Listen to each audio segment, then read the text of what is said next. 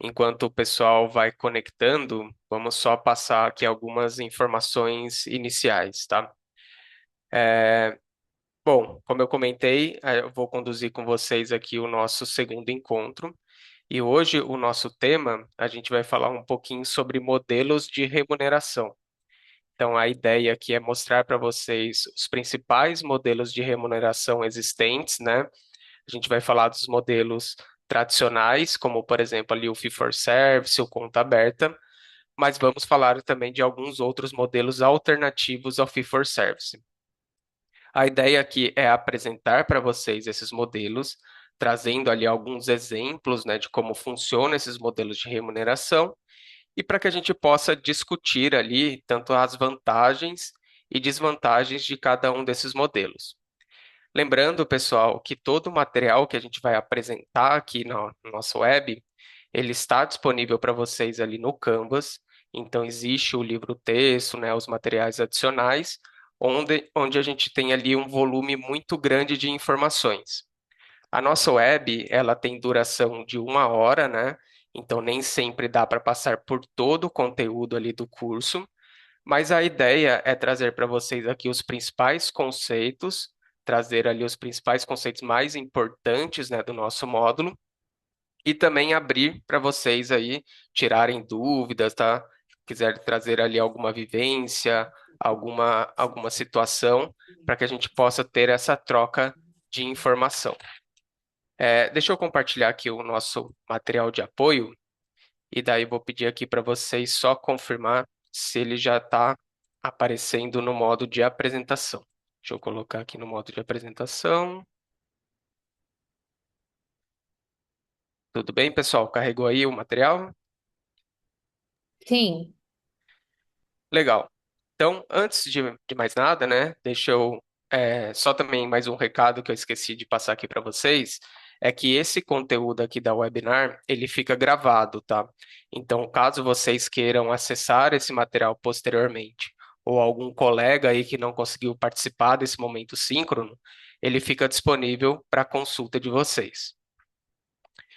Rapidamente, tá, pessoal? Deixa eu trazer o meu nome aqui, é Rafael Moura, trazer um pouquinho do meu resumo profissional.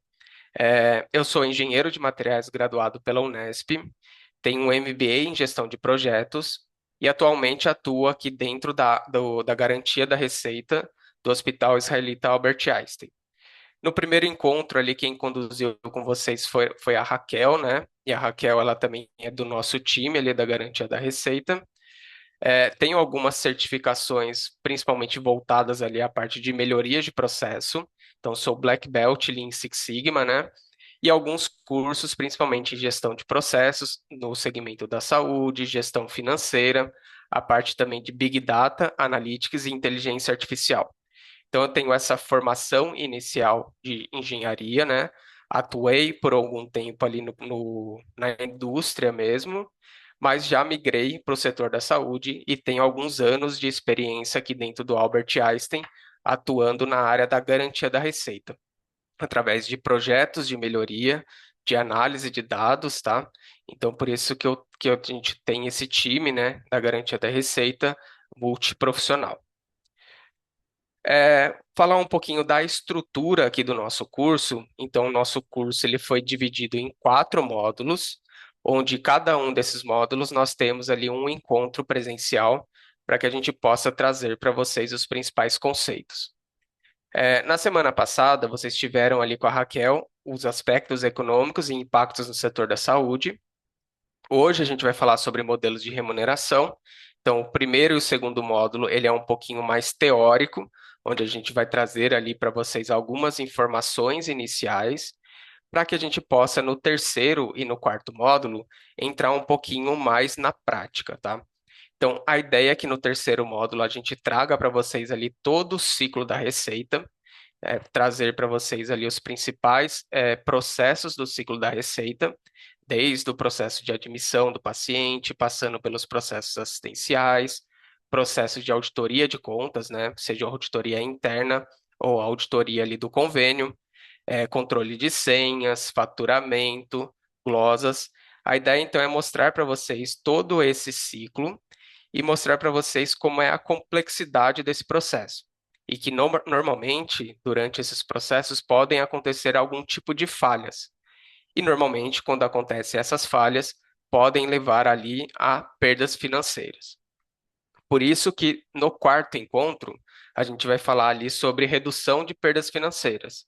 Então, a ideia é trazer para vocês algumas iniciativas que a gente tem aqui no Einstein, para que a gente possa diminuir as perdas financeiras inerente aí ao todo o ciclo da receita, tá?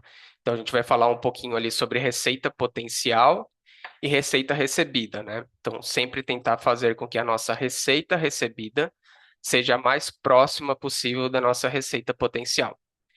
Nesse módulo, a gente fala ali sobre um case chamado Conta Certa, falamos sobre as atividades da garantia da receita, e por fim, a gente fala um pouquinho ali sobre alguns próximos passos, que é o processo de auditoria por meio de inteligência artificial.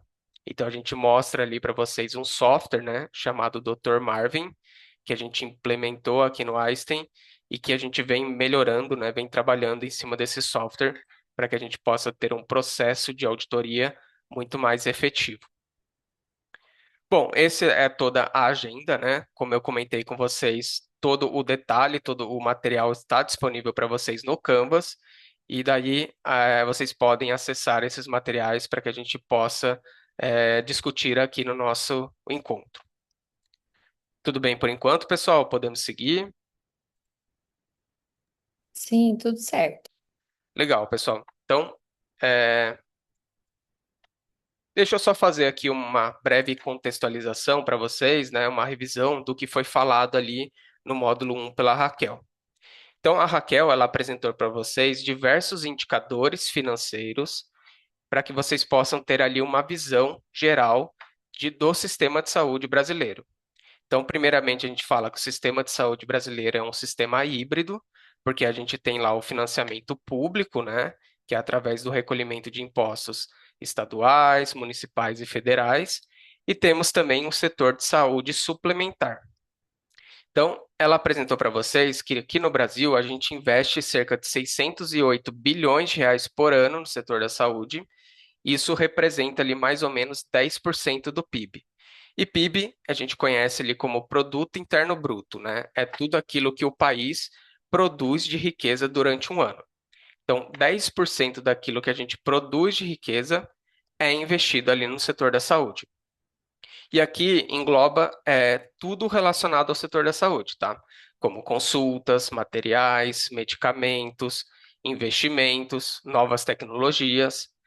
E ela também apresentou para vocês como é essa distribuição entre o setor público, que representa ali 42%, e o setor privado, por meio da saúde suplementar, que representa ali cerca de 60%.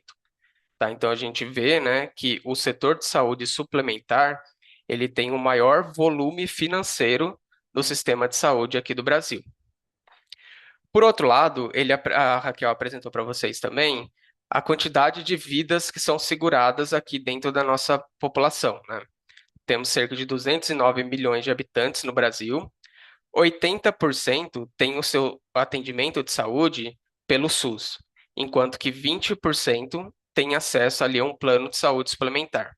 Tá, então aqui inverte um pouquinho, né? A gente vê que 80% da população brasileira tem acesso ao SUS e isso representa 40% de tudo aquilo que a gente gasta no setor da saúde. Ou seja, a gente tem um volume grande de pessoas para um recurso financeiro reduzido. Por outro lado, né, a saúde suplementar tem cerca de 20% da população e representa ali cerca de 60% de todo o gasto no setor da saúde. Outro indicador que a Raquel apresentou para vocês também ali é um gráfico, né, onde a gente traz uma linha do tempo desde 1980 até 2010, e cada uma dessas curvas aqui são alguns países, tá? Tanto ali da América do Norte, né, quanto países europeus da OCDE, e a gente consegue ver ali o quanto o país investe no setor da saúde em relação ao seu PIB. O Brasil é essa linha vermelha aqui embaixo, né? A gente vê que em 2010 o Brasil investia cerca de 9% do seu PIB. porém é bastante abaixo ali dos outros países da OCDE. E tem um país que se destaca aqui bastante, né, que é essa linha azul, que é os Estados Unidos, que ele investe ali quase 20% do seu PIB. Mas independente aqui de quanto cada país investe no PIB, uma outra informação interessante que a gente tira desse gráfico é que com o passar do tempo, cada vez mais é necessário colocar mais recurso na saúde para que a gente possa atender essa mesma população. Então a gente tem uma tendência aqui, né, de sempre ter um aumento dos custos do setor da saúde, independente do país. E o porquê que isso acontece, né? A Raquel apresentou ali para vocês 5 grandes fatores que fazem com que a gente tenha aumento de custos no setor da saúde. No material e também na aula anterior, ela passou no detalhe, né, cada um desses fenômenos e o porquê que eles fazem que a gente tenha ali um aumento de custo no setor da saúde. Mas basicamente existem 5 fatores. O primeiro dele é chamado de envelhecimento populacional, que é o processo que a gente vem passando, principalmente aqui no Brasil, né, de mudança da nossa pirâmide etária, onde a gente tem uma diminuição da taxa de natalidade e um aumento da taxa de mortalidade, tá? Então, assim, a população ela vem vivendo mais e com isso ela acaba acessando mais o sistema de saúde. E normalmente uma população mais idosa, ele tem lá um custo atrelado ao seu atendimento maior do que uma população mais jovem. Então, tendo esse envelhecimento populacional, mais acesso ao setor da saúde e acessos mais caros, a gente faz com que a gente tenha aumento de custos. Ela falou um pouquinho para vocês também ali sobre doenças crônicas, né? Então, o perfil da população brasileira. E aqui entra até um pouquinho em conjunto com o envelhecimento populacional. Se a gente tem um envelhecimento populacional e uma população envelhecendo sem um cuidado primário adequado, cada vez mais a gente vai ter que colocar mais recurso para poder tratar, né, essas doenças crônicas. Ela apresentou para vocês também ali a inflação da saúde. Então, ela mostrou a diferença entre o IPCA e o VCMH, que é o indicador utilizado para medir a inflação do setor da saúde, né? Chamado lá de variação do custo médico hospitalar. E a gente viu que o VCMH ele sempre está superior ali ao IPCA. E isso faz com que cada ano, né, a gente precise colocar mais recurso para poder adquirir aqueles materiais, aqueles medicamentos, para a gente ter ali acessos às terapias e etc, né? Um outro ponto também que ela trouxe é um pouquinho sobre incorporações de novas tecnologias. Então, sobre a ótica de custo, normalmente quando a gente tem uma incorporação de uma nova tecnologia, a gente tem ali um aumento de custos, tá? É claro que tem que ser levado em consideração todo o custo-efetividade daquela tecnologia, mas se a gente somente incorpora uma nova tecnologia, né, sem essa análise de custo-efetividade, a gente incrementa cada vez mais o gasto no setor da saúde. E por fim, ela falou um pouquinho para vocês ali sobre fraudes e desperdícios, né? Então, existem diversos estudos que mostram que a gente tem ali de 15 a 20% de tudo aquilo que é gasto na saúde no Brasil pode estar relacionado ali a uma fraude, um desperdício. Então, é um recurso que não atinge ali o seu objetivo, né? Que é o tratamento assistencial. Com isso, a gente precisa colocar mais recurso para poder suprir todas essas fraudes e desperdícios. Bom, pessoal, tudo bem? Aqui foi só uma revisão, né, desse primeiro módulo que a Raquel passou com vocês. Daí quero entender aí com vocês se está tudo bem, porque daí a gente pode passar aqui para o nosso segundo encontro. Tudo certo. Tudo certo. Tudo tranquilo. Tá bom. Então, pessoal, tendo esse primeiro, né, todo esse contexto inicial, a gente vai falar um pouquinho ali sobre modelos de remuneração. Tá? E por que que a gente traz todo esse contexto, todo esse impacto que a gente tem no sistema de saúde, né? Cada vez mais a gente vê o aumento de custos no setor da saúde e preocupado ali com relação à sustentabilidade do setor, diversos autores traz para a gente que uma forma da gente controlar esse aumento de custo passa por mudanças no nosso modelo de remuneração.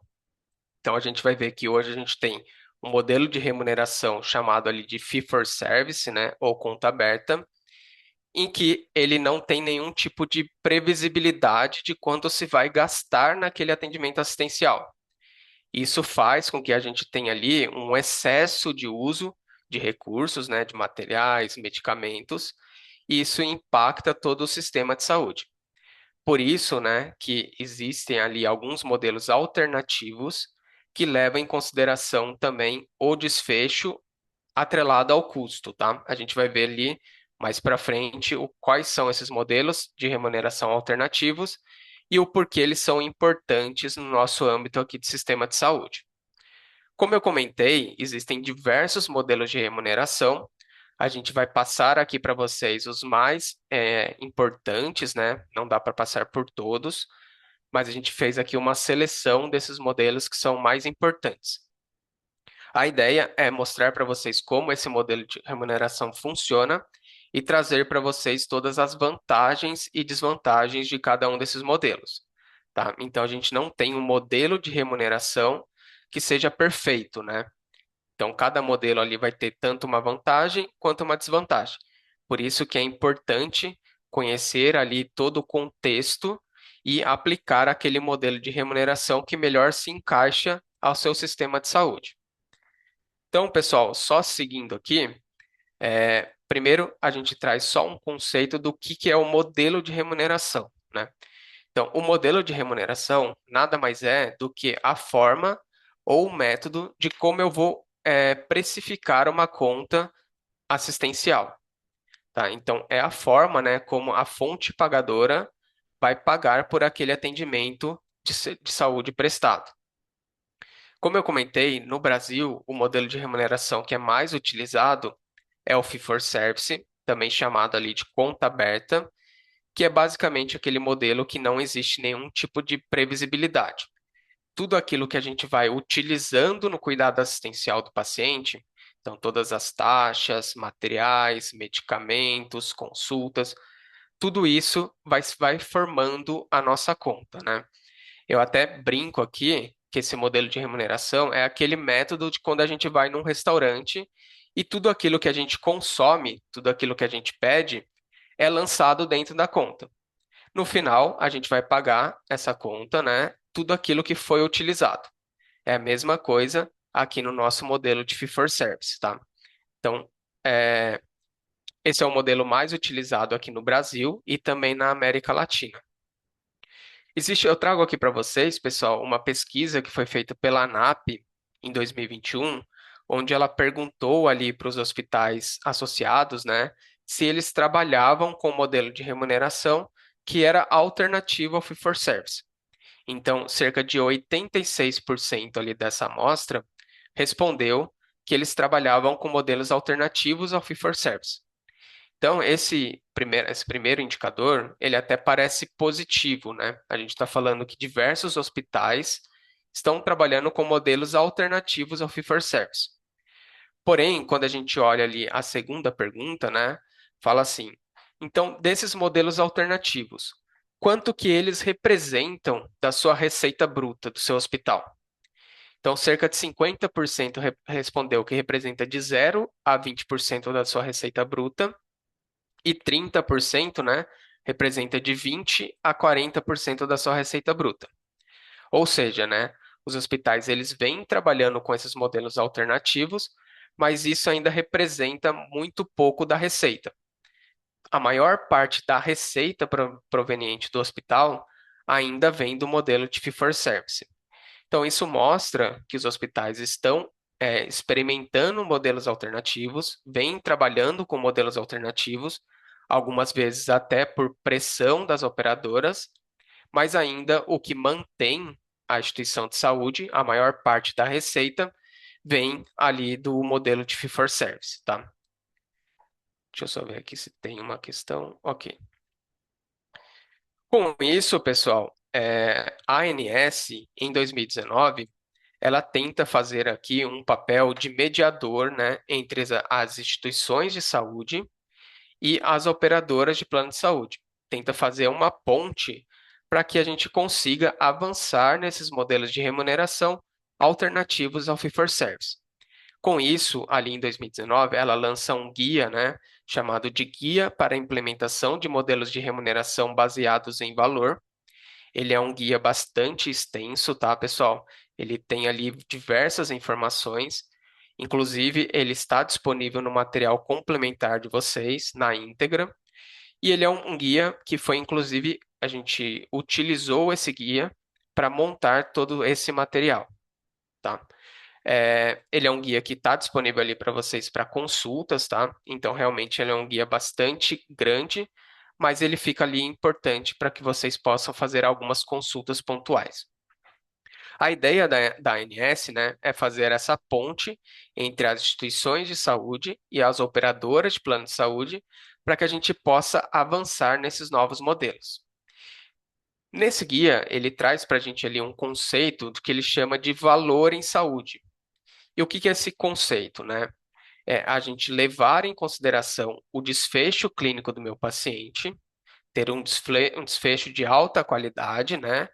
Mas isso dentro de um custo adequado para que a gente não onere ali o nosso sistema de saúde, tá? Então, é ter desfechos de alta qualidade com um custo adequado. O que ele fala para a gente trazer dentro desses aspectos, né?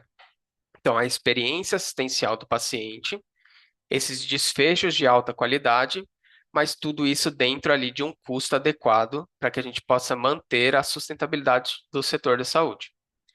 Ele é um conceito relativamente simples, né? Mas muito difícil de se aplicar na prática, tá? Por isso que a gente tem ali diversas dificuldades da gente avançar nesses sistemas de remuneração baseados em valor, tá? Tanto dificuldades financeiras, quanto também dificuldades, digamos, administrativas e de sistemas, tá? A gente vai ver que esses modelos de remuneração baseados em valor, eles demandam que a gente tenha ali um controle, né, de indicadores, que a gente possa fazer uma gestão de custos muito mais próxima. Então, isso traz dificuldade para que as instituições de saúde possam, aplicar esses novos modelos. Aqui até a gente fala um pouquinho, do risco financeiro da operadora e do risco do prestador de saúde, né? Quando normalmente a gente tem um modelo tradicional, que é ali um modelo de conta aberta, todo o risco financeiro ele se torna da fonte pagadora. Por quê, né? Nesse modelo de remuneração, a gente tem o pagamento de acordo com o uso, tá? Então, de acordo com aquela quantidade de itens que eu utilizei, eu vou ser remunerado por aquela conta. Então, todo o controle da conta, ele está na mão do prestador de saúde, porque é o prestador de saúde que está lá disponibilizando materiais, medicamentos, taxas, e a operadora de plano de saúde, ela não tem nenhum tipo de previsibilidade de quanto vai custar aquela conta, tá? Então, inclusive, situações similares, né? Muitas vezes o custo da conta eles são bastante divergentes, tá? Então, eu posso ter, por exemplo, uma internação custando R$ 10.000 e posso ter uma outra internação similar custando 15, 20, 30, porque vai depender muito ali da prática assistencial que foi adotada naquele paciente, tá? Então, esse modelo ele não considera o desfecho, né? Independente do desfecho do paciente, essa conta ela vai ser paga de acordo com tudo aquilo que for utilizado e isso favorece a sobreutilização de serviços, tá? Então, por isso que o risco financeiro, ele se torna todo da fonte pagadora, porque a gente não tem nenhum tipo de previsibilidade de quanto vai custar aquela conta.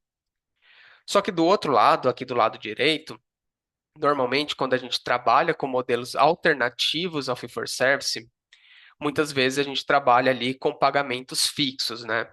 Então eu precifico e falo quanto que vai custar aquele meu atendimento assistencial. E com isso, todo o risco financeiro acaba se tornando do prestador de saúde. Por quê, né? Imagina lá que eu falei que eu vou fazer um pacote, por exemplo, de um parto, e esse pacote vai me custar R$ 15.000. Se por algum motivo, no momento assistencial ali, eu tenho algum tipo de intercorrência em que esse valor do meu atendimento custou R$ 20.000, eu irei receber R$ 15.000, que é um valor fixo, por aquele atendimento. Então, eu vou ter ali um prejuízo, tá? Por isso que o risco financeiro se torna basicamente do prestador. Claro que o contrário também é verdadeiro, né? Então, se eu fechei ali um pacote por R$ 15.000 e eu executei aquele atendimento assistencial por 10, eu também vou ter ali um lucro, tá? Mas normalmente o risco se torna todo do prestador. Por isso que, pessoal, que a gente tem aqui uma grande dificuldade de implementar esses modelos de remuneração, porque se torna, né, como uma queda de braço. Então, o prestador puxa de um lado, enquanto que a fonte pagadora acaba puxando do outro. O ideal é que a gente tivesse ali uma forma de um equilíbrio, né, um compartilhamento de risco, para que a gente pudesse avançar nesses modelos de remuneração alternativos. Tudo bem, pessoal? Ficou claro aí para vocês? Tudo bem, ficou claro. Bom, legal. Então, pessoal, tendo esses conceitos iniciais aqui, a ideia é que a gente entre um pouquinho nos principais modelos de remuneração, para a gente discutir um pouquinho de como eles funcionam, né? Trazer para vocês ali as vantagens e desvantagens de cada um desses modelos, para que a gente possa entender um pouquinho melhor, como são esses modelos de remuneração. Bom, pessoal, dando sequência aqui, a gente pode iniciar pelos modelos de remuneração tradicionais, né, que é o chamado ali fee for service, não sendo muito repetitivo, tá? Eu imagino que vocês já devam conhecer esse modelo de remuneração, mas basicamente ele é o modelo mais utilizado aqui no Brasil. E como que ele funciona, né? Por meio de tabelas de precificações. Então, todos os itens que estão previstos ali para o atendimento assistencial, eles são tabelados. Então, nós temos lá os materiais, medicamentos, taxas, e cada um desses itens ele já tem uma precificação que foi acordada ali com a operadora de plano de saúde. De acordo com o meu cuidado assistencial, que eu vou utilizando esses itens, eu vou lançando eles dentro da conta e vou fazendo todo o processo ali de registro de evidência em prontuário. Com isso, essa conta, no final do atendimento assistencial, vai ser o somatório de tudo aquilo que foi utilizado no cuidado assistencial do meu paciente. Tá? Então, todos os materiais, medicamentos, taxas, consultas, tudo isso vai ser feito um somatório e com isso eu tenho lá o meu resultado final dessa minha conta, tá? Então, esse é um modelo de remuneração que ele não leva em consideração o desfecho, né? Então, a gente não tem normalmente ali indicadores de qualidade, independente do desfecho clínico desse paciente, a operadora de plano de saúde irá receber essa conta de tudo aquilo que foi utilizado. Então, pessoal, ele é um modelo que pode trazer aqui para a gente um excesso de uso, né? Então, como eu não tenho que fazer gestão de custo, eu posso aplicar ali volume em excesso de materiais, de medicamentos. Eu posso ter ali uma sobreutilização de itens, que desde que eu justifique que eu tenho evidência de uso, eu irei receber por aquele item.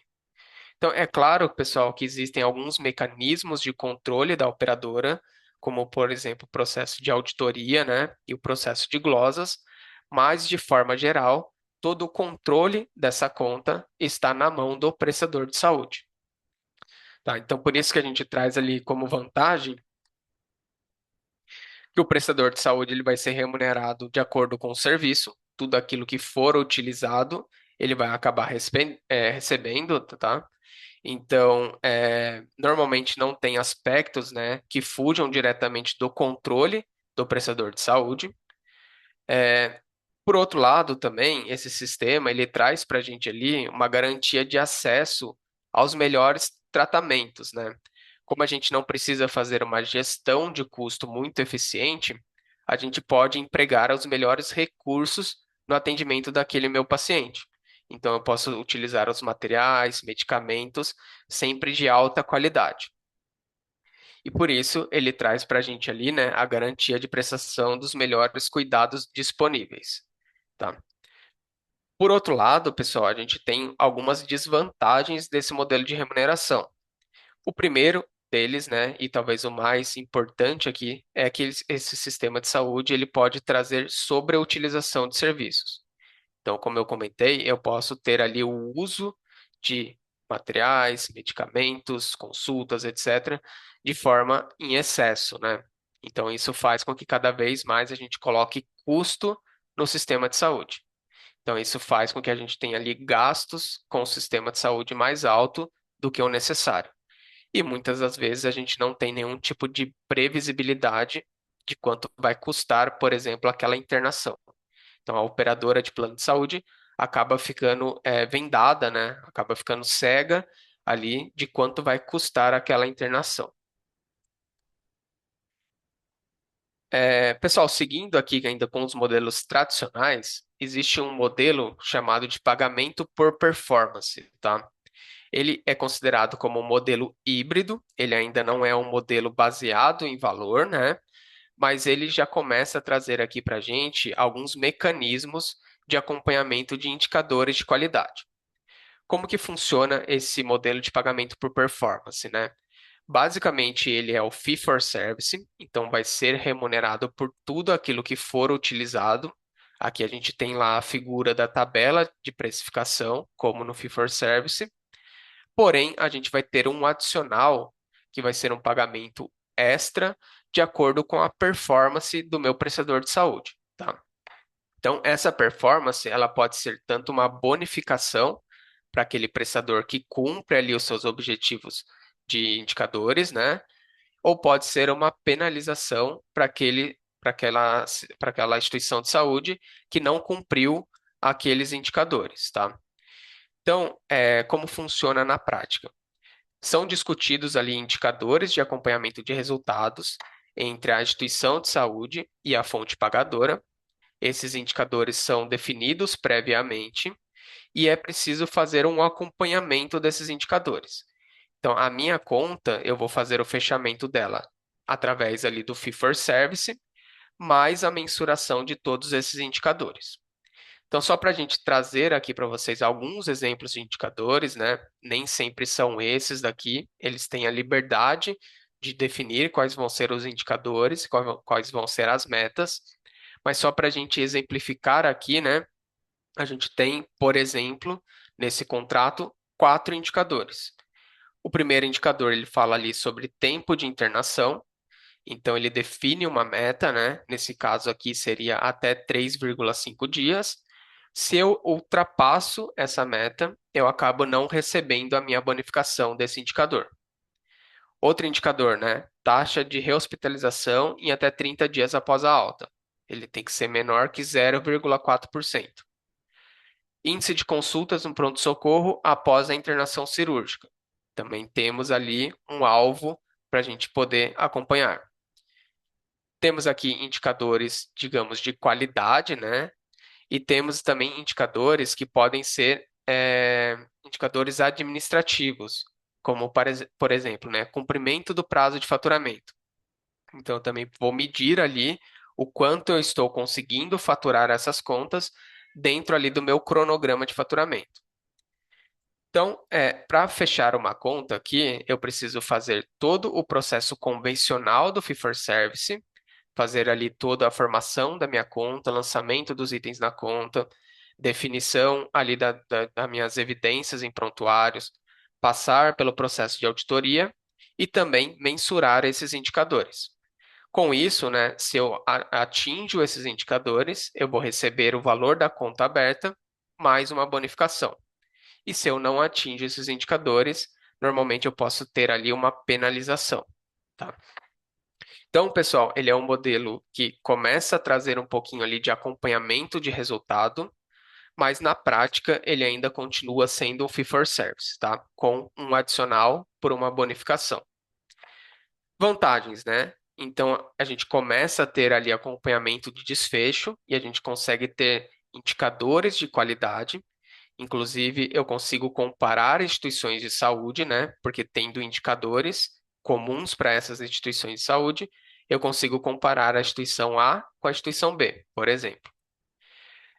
Para aquelas instituições de saúde que prestam um serviço de alta qualidade, eu vou ter uma bonificação, tá? Então, além daquele valor que eu já receberia pelo fee for service, eu também trago uma bonificação. Isso traz uma melhoria no custo-efetividade do cuidado, tá? Então, eu vou ter ali um valor maior para receber daquela conta se eu atingir esses objetivos. Como desvantagem, né? Por ele ainda se tratar de um modelo de fee for service, ele não reduz a sobreutilização de serviços. Então, aquele problema, né, de a gente ter lá consumo de recursos em excessos, eles ainda permanecem porque a gente está trabalhando aqui com fee for service. E como uma desvantagem importante, ele acaba trazendo ali complexidade, né? Porque a gente precisa, além de fazer todo o processo convencional do fee for service, a gente precisa também fazer o acompanhamento de indicadores. E normalmente, quando a gente tem que fazer acompanhamento de indicadores, a gente demanda de uma equipe, de um sistema, a gente demanda ali de investimento para que a gente possa fazer esse fechamento dessas contas, tá? E por outro lado também, pessoal, é comum, né, às vezes existirem metas que não são factíveis, tá? Então, por isso que é importante que a instituição de saúde faça ali uma negociação de indicadores e de metas que são factíveis, porque senão a gente acaba tendo ali uma penalização do prestador de saúde e a gente acaba não trazendo o objetivo que é de fazer o acompanhamento desse desfecho, né? Então a gente acaba somente trazendo penalização ao invés de trazer ali uma melhoria para o nosso processo. Tudo bem, pessoal? Ficou claro esse modelo aqui para vocês?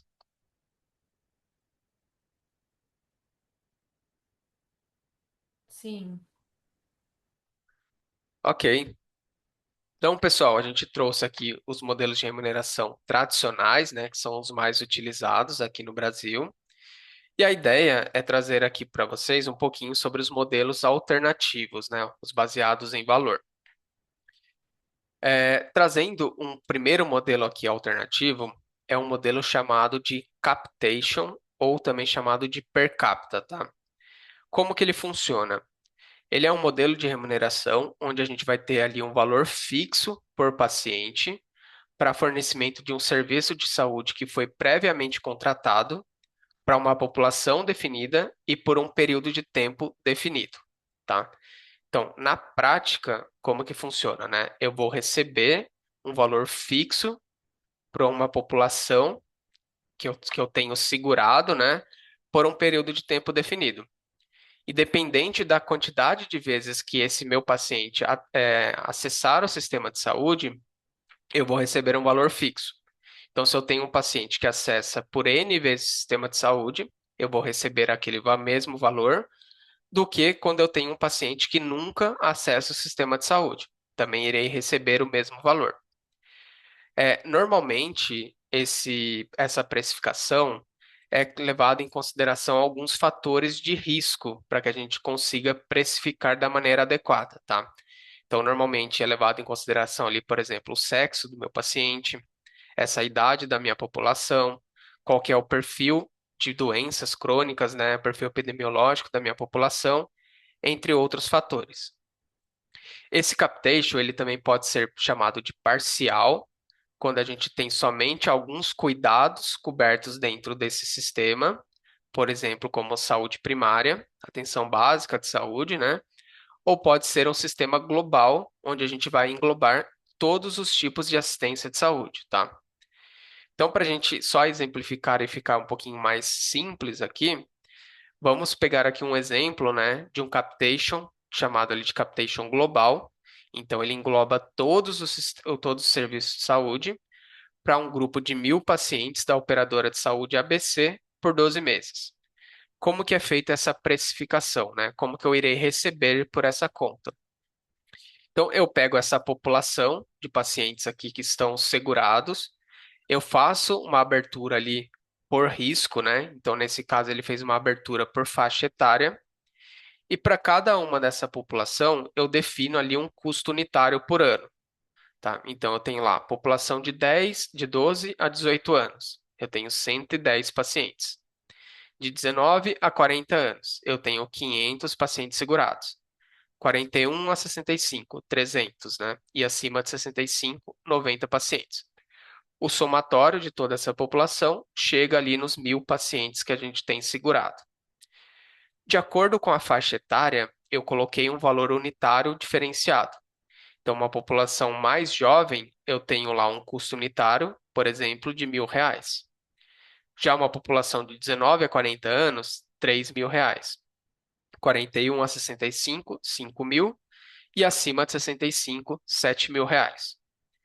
Como que vai ser essa minha precificação, né? Então, eu vou pegar essa população e multiplicar ali pelo meu custo unitário.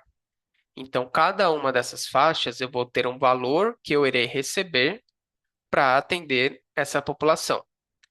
O somatório de todas essas faixas etárias chega ali no valor que eu irei receber anualmente para atender esses 1.000 pacientes por 12 meses.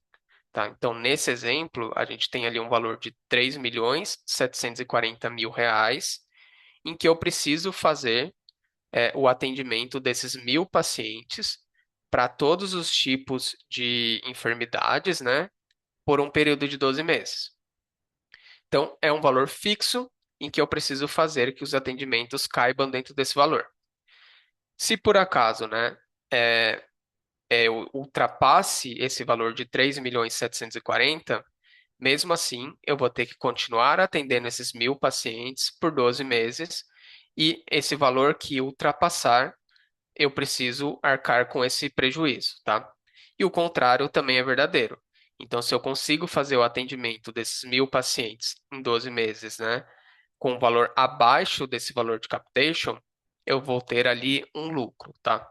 Então, nesse modelo de remuneração, é um valor fixo para atendimento desses 1.000 pacientes por um período de tempo definido. Vantagens, né? A primeira, a gente tem uma previsibilidade, então a gente sabe o quanto que a gente vai receber por ano, e a operadora de plano de saúde também tem a previsibilidade, porque ela sabe o quanto ela vai ter que pagar por ano, tá? Então a gente tem ali uma previsibilidade maior, tanto da receita quanto do custo.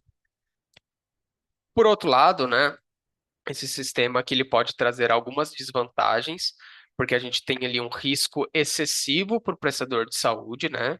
Porque eu posso ter ali situações que não foram precificadas adequadamente, e com isso eu vou ter que atender essa população, independente se esse valor definido aqui foi adequado ou não, tá? Então isso traz um risco excessivo para o prestador de saúde. E também faz necessário ali o acompanhamento estatístico de custo, né? Então eu preciso ir acompanhando mensalmente como está esse meu capitation, né? Se eu já estou próximo ali do valor teto, se eu estou com uma rentabilidade adequada. Então eu preciso fazer todo esse acompanhamento desse custo, né? Então, é um modelo bastante complexo, né, para a nossa realidade aqui no Brasil, até porque para precificar não é uma maneira muito fácil, muito simples essa precificação, e por outro lado, pode trazer ali um risco excessivo para o prestador de saúde. Só para trazer aqui alguns exemplos de países que utilizam esse modelo, né? Então, ali no guia da ANS, ele mostra para a gente diversos países, principalmente da Europa, e eles trazem para a gente ali quais são os fatores de riscos que são utilizados nessa precificação, tá? Então, por exemplo, Portugal. Eles utilizam para a precificação tanto a idade, o gênero, situação de saúde, o nível de utilização de serviço. Então, eles têm o histórico de quanto aquele paciente está utilizando do sistema de saúde e outros fatores também, tá? Então, assim, é algo bastante complexo, né? E aqui para nossa realidade no Brasil é bastante difícil, porque normalmente a gente não tem acesso a essas informações, né? Então, é preciso ter ali um banco de dados centralizado para que a gente consiga fazer toda essa precificação de maneira adequada.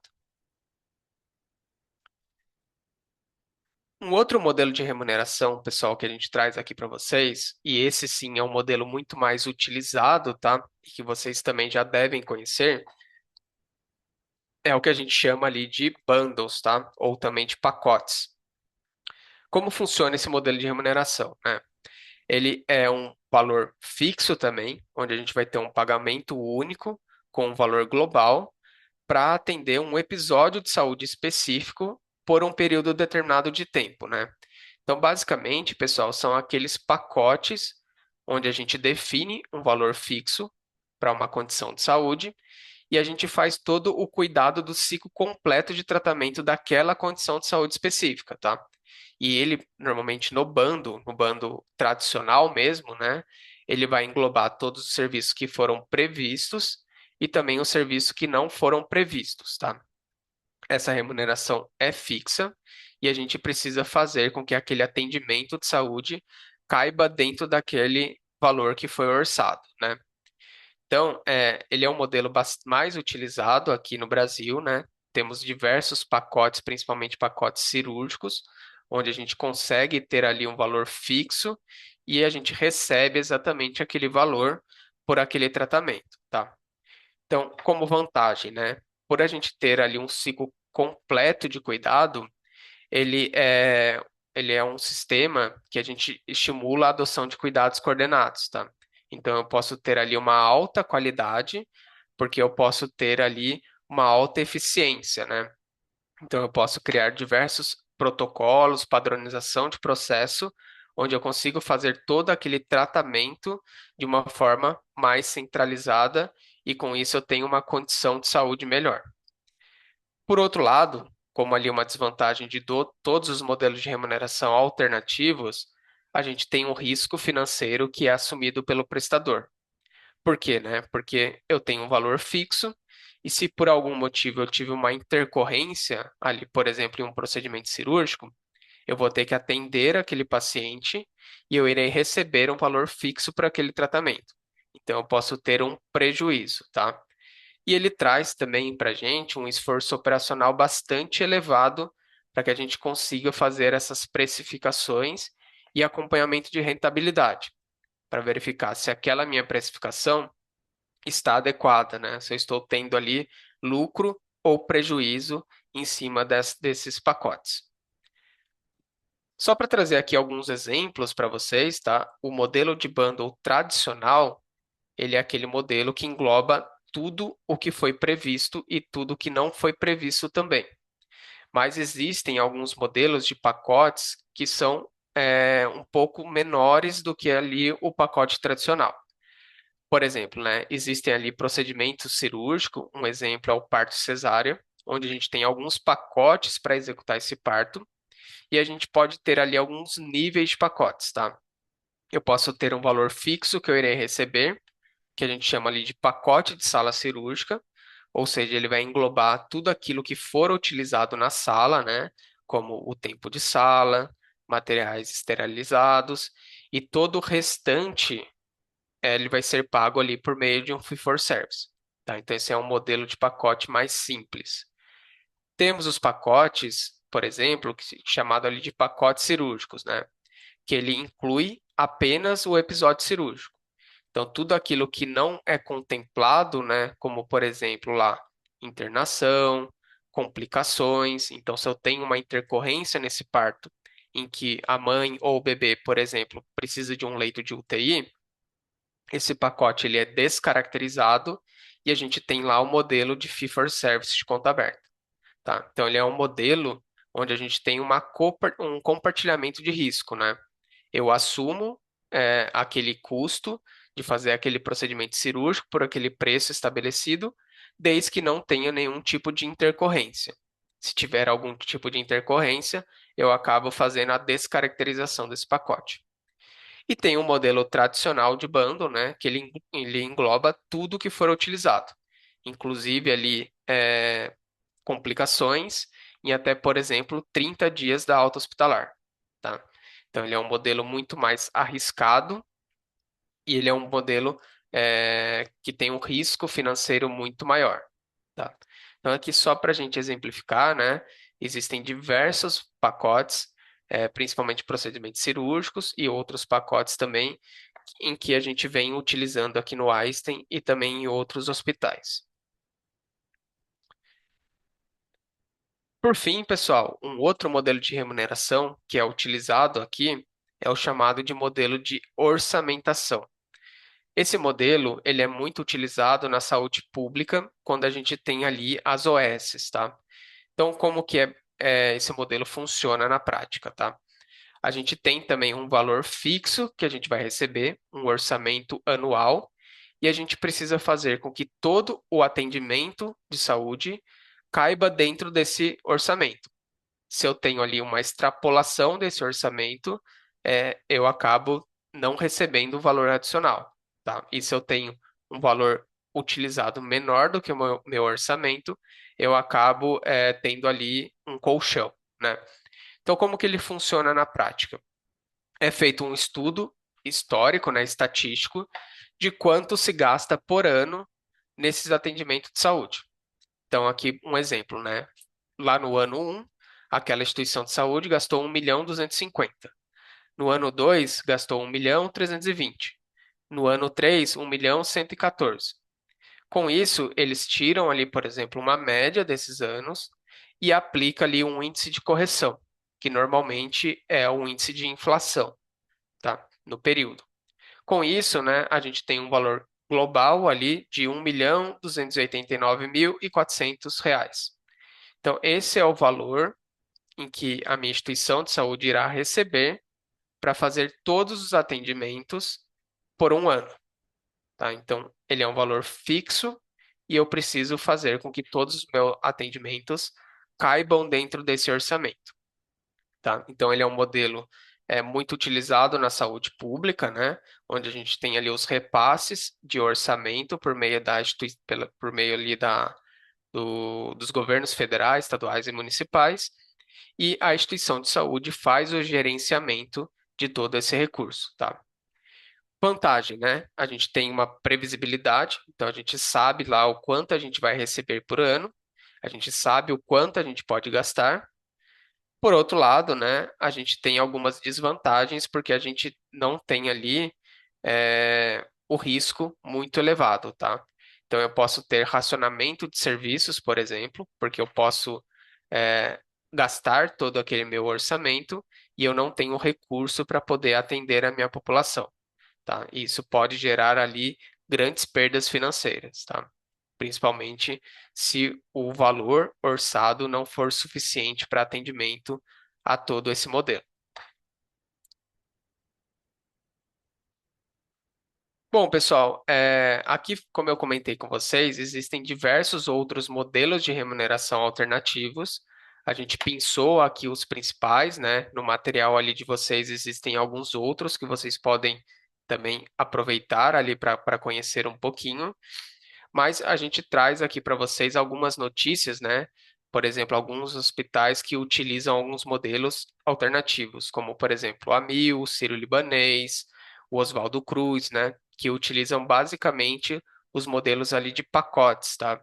Então, principalmente procedimentos cirúrgicos, onde a gente tem ali algum tipo de controle, é feito um estudo e são feitos ali pacotes para atendimentos, tá? Aqui, pessoal, é só um quadrinho da ANS, onde eles trazem para vocês ali os principais modelos que a gente discutiu, né? O pagamento por performance, pacotes, capitation, orçamento global. Ele traz um resumo ali dos prós e contras deles e alguns exemplos de uso, né? O pagamento por performance, ele é muito utilizado em procedimentos de atenção básica. Então, como, por exemplo, consulta médica. Os bundles, eles são utilizados principalmente em procedimentos cirúrgicos, onde a gente tem ali algum tipo de controle, né? É um procedimento mais controlado, que não tenha tanta variação. O capitation, ele é muito utilizado ali na atenção básica, porque justamente a gente tem ali um risco muito grande, né? Quando a gente faz capitation para outros procedimentos que não seja atenção básica. E a orçamentação global, ele é muito utilizado no segmento público aqui no Brasil. Bom, pessoal, é isso que eu tinha preparado aqui para vocês, tá? Eu sei que é um volume bastante grande de informação, mas eu tentei fazer aqui um resumo para trazer ali os principais conceitos para que a gente conseguisse conhecer os principais modelos de remuneração e tentar trazer um pouquinho ali na prática para vocês de como funcionam esses modelos, tá? Temos aqui ainda algum tempinho, tá? Eu abro para vocês, caso vocês queiram tirar algum tipo de dúvida, se teve algum ponto que não ficou aí tão legal, no entendimento de vocês.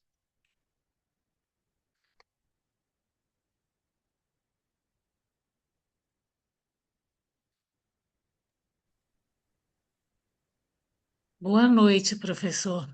Boa noite. Eu fiquei só com uma dúvida. Eu, na verdade, fiquei confusa, porque aqui na apostila, quanto à orçamentação, aqui está em desvantagens escrito a gastos fixos sem penalidade ao prestador, se este ultrapassa as despesas.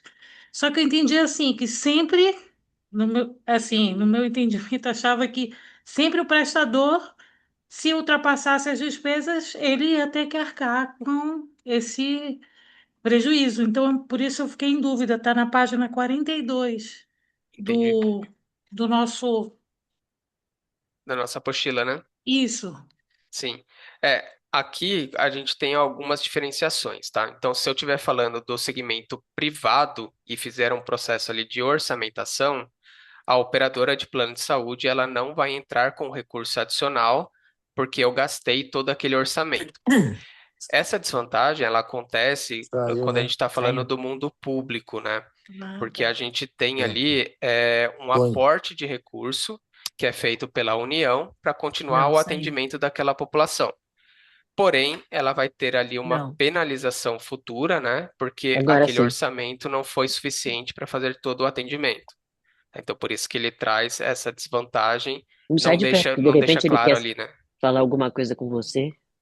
Entendi. Obrigada. Por É nada, que é que isso? na hora eu fiquei meio confusa se estava, mas agora deu para compreender bem. Muito obrigada. Por nada, que é isso? Deixa eu ver se tem alguma pergunta aqui no chat. O João, nenhum desses modelos. É, peraí. Nenhum desses modelos existe uma atenção preventiva se ela pode ser utilizada no pagamento por performance. João, isso é até um ponto que a gente não tem aqui no Brasil, né? É muito em relação à saúde básica, à saúde preventiva, tá? A gente atua muito aqui na saúde, na questão da saúde reativa, né? Então, as operadoras de plano de saúde, eles não têm ali um programa muito estruturado para que a gente possa ter algum tipo de benefício, né, ou bonificação quando a gente faz uma saúde preventiva adequada, tá? Então, a gente é muito focado no modelo de remuneração por uso, por evento, e não para um sistema ali preventivo. Então, a gente não tem nenhum tipo de bonificação para o usuário, né, por fazer ali uma saúde preventiva, por exemplo, por fazer uma atividade física, por fazer um acompanhamento de um check-up, anual. Então, a gente não tem nenhum tipo de bonificação relacionada a essa saúde preventiva.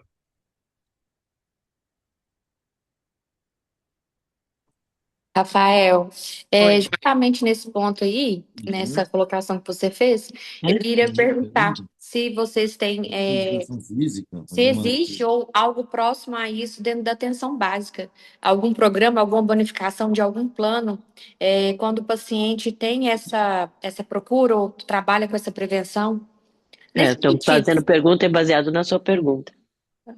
Você também ia fazer? Isso, isso. Foi, Ok. foi feito aqui no chat pelo João, né? Ok, Então, assim, João. Então, vamos aproveitar, né, o momento. a gente aproveita e junta já. Estou falando de É, você, João. assim, Falando pessoal, bem. Vamos exi- aproveitar o garoto. existem algumas operadoras, né, de plano de saúde. Por exemplo, aqui a gente conhece a Alice, em que ela tem alguns mecanismos de bonificação quando a gente tem ali uma saúde preventiva, tá? Mas, de forma geral, a gente não vê ali uma bonificação, um incentivo para que a gente possa ter ali uma saúde preventiva. Normalmente a operadora de plano de saúde, ela acaba remunerando muito com base reativo, né? Então, quando a gente utiliza o sistema de saúde, ele acaba fazendo o pagamento por aquele serviço, mas não tem ali, por exemplo, um desconto ou algo que vai ser feito por causa de uma saúde preventiva, tá? Então a gente não vê muito isso. Aqui no Einstein, a gente tem um programa chamado de Cuidar, que ele é um programa que vem sendo utilizado na saúde primária, aqui para os funcionários do Einstein e também para algumas empresas parceiras, tá?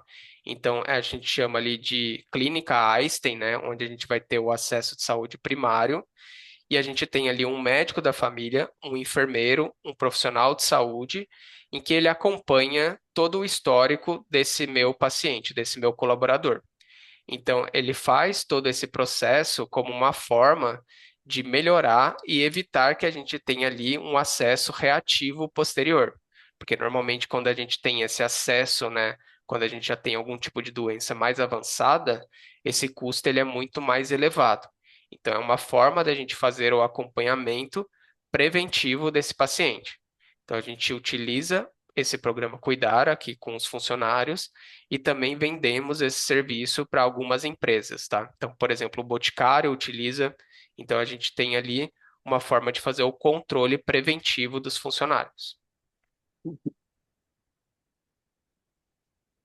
Eu acho que algo parecido com o que vocês estão comentando é oferecido pela Prudential. Quem conhece, quem faz uso, tem o Prudential Vitality, que ele dá umas recompensas, uns cashback, uns vouchers para quem pratica exercício físico, essas coisas.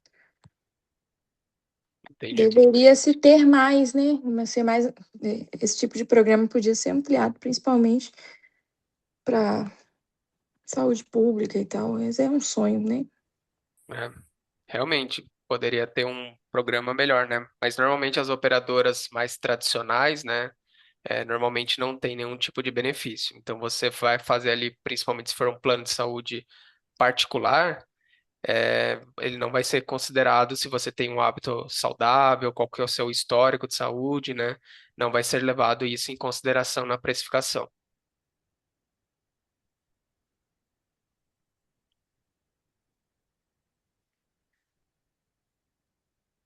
Bom, pessoal, era isso que eu tinha preparado. Ali agradeço vocês, né, por participarem aqui comigo. E fico à disposição para que a gente possa aí se falar caso tenha algum tipo de dúvida adicional, tá? Então, como eu comentei aqui, às vezes uma hora é muito corrido para a gente falar tudo, né? Mas espero que tenha ajudado aí vocês com os principais conceitos, tá? Então, pessoal, boa noite, obrigado, bom descanso para todo mundo e a gente se vê nas próximas aulas. Obrigada, boa noite. Obrigada. Boa Obrigada, noite. professor. Boa noite.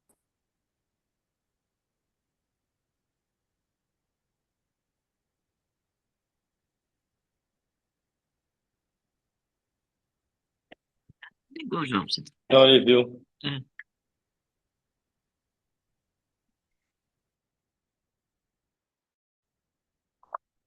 Escutaram?